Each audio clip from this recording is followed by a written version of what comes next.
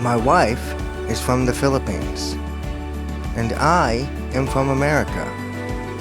We have been blessed to travel and live in many different countries and around the United States. But now we call Alabama home. It can be difficult to find the vegetables used in Filipino dishes here in Alabama, so we decided, why not grow our own vegetables in our backyard? We invite you here to our Filipino garden in America. Welcome. We got a bit of a late start on our seed starting this year due to the fact that we tore down the old garden completely and rebuilt the new garden that you're about to see. My daughter designed a wooden sign for the garden, and then she did the wood burning here.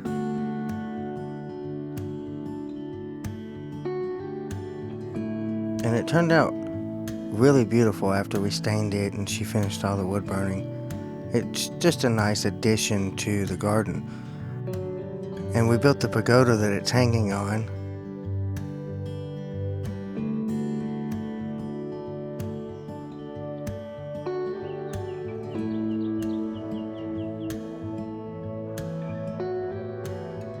So I mentioned that we expanded the garden, tore down the old one, and built all this new garden here.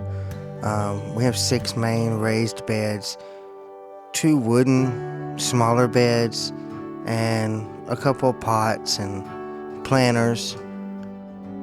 So yeah, we significantly increased the size of the garden this year. You'll notice on each garden bed they have a sign with a name. It being a Filipino garden in America, I wanted to make it feel a little bit more special to my wife. So each of the bed names are a place from where she's from in the Philippines. A waterfall, a lake, a river. 116% increase in the size from the previous garden. So here in this one, we have a smaller arch trellis for our chayote squash. Now, they will grow about 30 feet if you let them. We plan to kind of not let that happen so that it focuses more on producing fruit. And also we have on the other side here our Mississippi pink-eye purple hull peas. So this is going to be a cool experiment for us. We've never planted okra and squash this close together. Now of course the okra will grow straight up, but the squash will kind of spread out. So we'll see how this works this year. Hopefully that it's not going to be too crowded.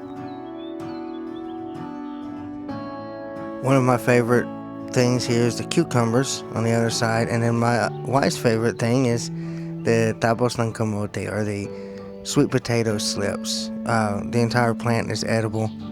The leaves and the stem she uses a lot in stir fry or soup, and of course the sweet potatoes.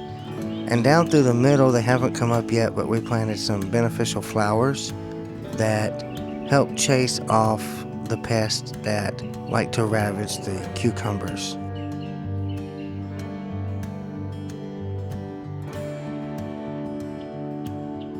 Very difficult to see right now because they're the same color as the hay, but there are 4 different patches of lemongrass, which is also really great in like grilled fish or to make tea out of.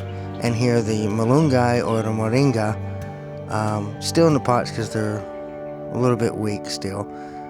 And this bed is pretty bare right now, and it's because our tomatoes, which will go on the left, and our eggplant are just not quite ready to come out. But our tomatoes, we have a trellising there for about 10 feet. And they'll grow straight up.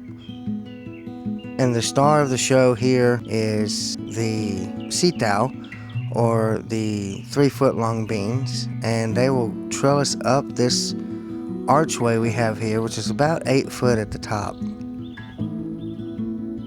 The green beans will hang down through the cattle gate and make it really easy just to walk through and harvest.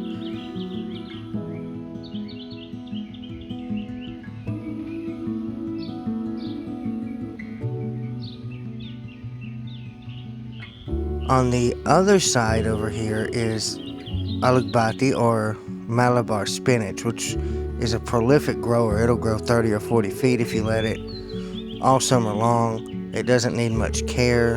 The more you pick and prune it, the more it grows. And that entire plant is also edible.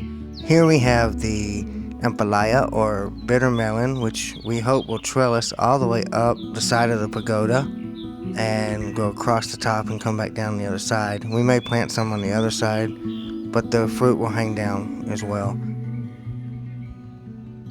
In this first wooden bed here on the left, we'll have sunflowers. In those pots is ginger that I just put in. And on the one on the right, we'll have bell peppers.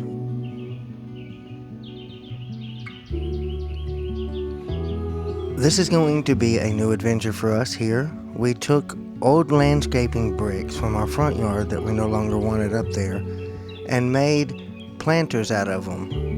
We have 8 here, and we're going to plant malunggay or moringa and sell it to the local Asian store, fresh and in dried forms. If you don't know about malunggay or moringa, it is one of the most beneficial and healthy vegetables on this planet. It's becoming very popular here in America. It's been popular in Asia for many, many years.